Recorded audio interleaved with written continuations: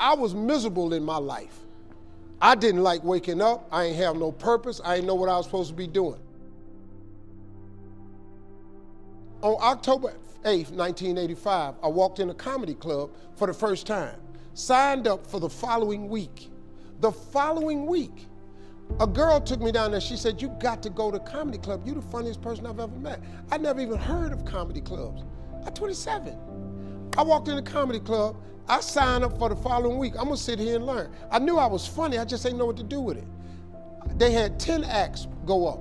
9 of them went up. I didn't laugh at one joke. I was just sitting there just, man, I wish that was me. Man, they should have said this. Every joke they told, I knew the punchline before they said it, and I wrote a better punchline in my mind, what they should have said. It got to guy number 10, they called his name, he wasn't there. They said, well, he's not here, we're gonna go to next week's list. Steve Harvey, where are you? Long story short, I won amateur night that night. I won $50. It was a 45-minute drive to my house with this girl named Gladys. I cried 45 minutes. She said, what you crying for? It ain't but $50. I said, no, you don't even understand. I was born tonight. I now know what I'm supposed to do. I went to work the next day, October 9th, and quit my job. With $50, I had nothing. I just never gave up. I'm gonna tell you something. That decision cost me everything I had. I lost everything. I lost my family. I lost friends. I lost everything. I became homeless. I lived in a car for 3 years. But I just saw this, I saw this vision. I just pursued it. I said, wow, that's it. You have to take chances in life. Life is about risk. If you play it safe in life, you ain't gonna have much of a life. If you play it safe, you won't have much of a life. Life is risk. It takes courage to pursue your dream. Now, it's gonna cost you something. Most people are not willing to pay what it costs to go after your dream, because you're gonna have to hurt a little bit. And most people don't like being uncomfortable. If you don't wanna be uncomfortable, please do not pursue success, because success is a very uncomfortable feeling. And I just learned to be comfortable being uncomfortable. Life is hard. See, for every time you have a plan, a dream, an aspiration, or a goal, do you know what happens every time you have one of those? This thing comes along called life. It happens to everybody. Life has disappointments, it got peaks and valleys. You're gonna lose somebody you care about one day. That's a valley. Somebody gonna close the plant you thought was gonna stay open so you could retire. That's a valley. Somebody gonna fire you for an unjust cause. That's a valley. The people that got your credit card gonna sell their company, gonna sell their business to another credit card company. Your 18% go up to 26%. You don't even know why now your minimum didn't change. Cause it's life. You can stop thinking that life fitting to be easy, cause I got news for you, it ain't. That's a false hope to think you're gonna have a wonderfully carefree life. That's unthinkable. We all live in this bubble. What you gotta do, you gotta put more air in your bubble. You got to blow your bubble up. Expand yourself. Take yourself out your comfort zone. Do not live in your bubble. Put some more air in your bubble. If you stay in your comfort zone, that's where you will fail. You will fail in your comfort zone. Success is not a comfortable procedure. It is a very uncomfortable thing to attempt. So you gotta get comfortable being uncomfortable if you ever wanna be successful. Start putting some pressure on. Put some pressure on yourself. Get out here and get about it. Look, I'd love to sugarcoat this thing for you. I'd love to tell you, look, you can go out here and get rich, do a couple of things. That ain't happening. You gotta get real doggish. You gotta get downright funky if you wanna make it. Now, like I was telling you before, if you wanna be ordinary, you ain't even gotta listen to me. Just go on about your business. If you think ordinary's cool, ain't no problem. It's some really, really wonderful, ordinary people. But if you are sitting in this room and you have extraordinary aspirations, then you're gonna have to do extra. You put extra on top of ordinary and you come up with extraordinary. It's no other way. I'm sorry, but here's the fact. All of you have extraordinary capabilities, all of you. You have to decide if you are willing to do the things to put you in that category.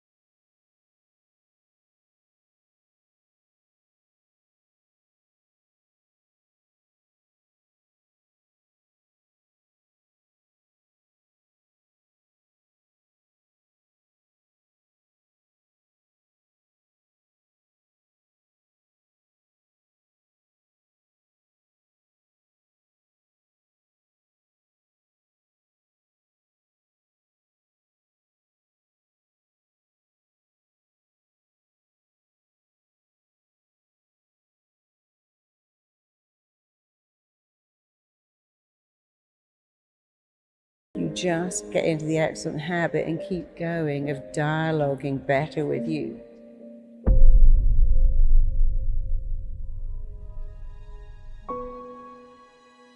You can change like that.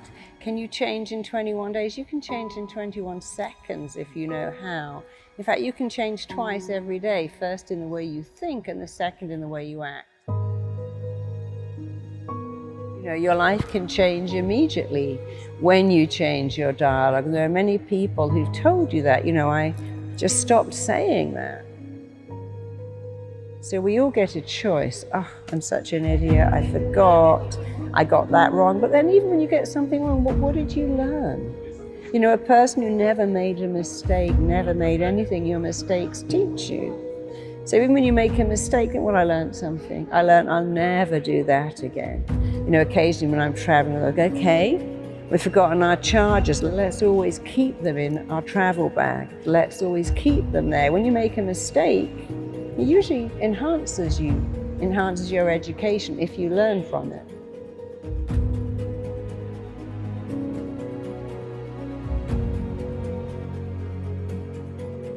And that's one of the rules of the mind. Whatever you focus on, you get more of.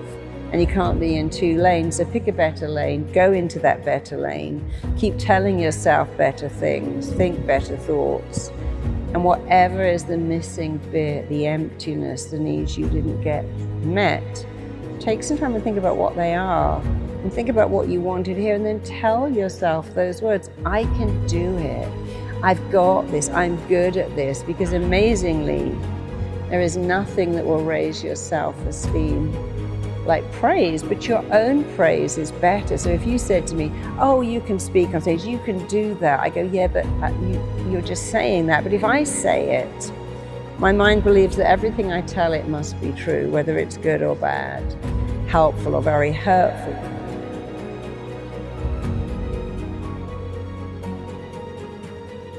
Think of the words you want to hear, what I call the missing bit. What have you been longing to hear? Well, don't give that away and don't give that up. Start to say it yourself because it sinks in. Whoever's saying it, it sinks in. But when someone else says it, they might have an agenda. You're great, could you lend me some money? But when you say it, there is no agenda. Think of your unmet needs. The emptiness in you is what you didn't get as a kid. You didn't get love, you didn't get praise, you didn't get recognition, you didn't get celebrated, you didn't even get gifts, and that's horrible, but imagine if you could start to say those things. I matter, I'm significant, I'm lovable, I'm worthy, I'm enough. And then you'll start to fill up that emptiness. The not enoughness becomes enoughness. And actually, when you do it yourself, it's way more powerful anyway because you have no agenda.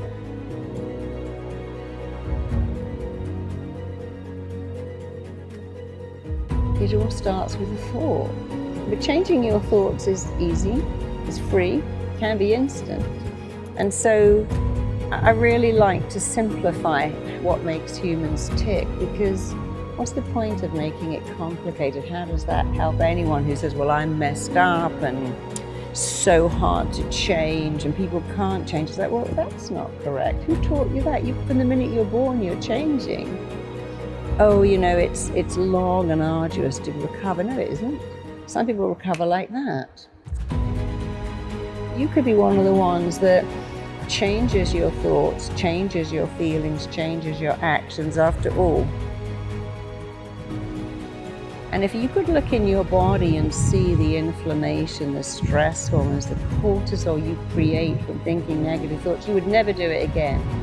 So we got to remember our thoughts are not our thoughts. They're a blueprint that our mind, body, and psyche are trying to make real. And if you could only think better thoughts, you'd give your mind an easy job.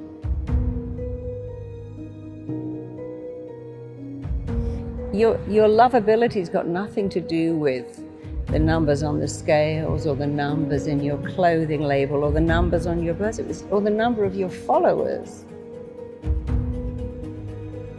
So we get very consumed by the number. I need to be thinner, taller, smarter, better grades, more followers. And you've got to stop all of that and just believe that you're great, and you can be even greater when you stop defining who you are by what the numbers say. And so we all have a gift, and I think your challenge is find out what you love to do and become brilliant at it. And we've all got something unique that we can do.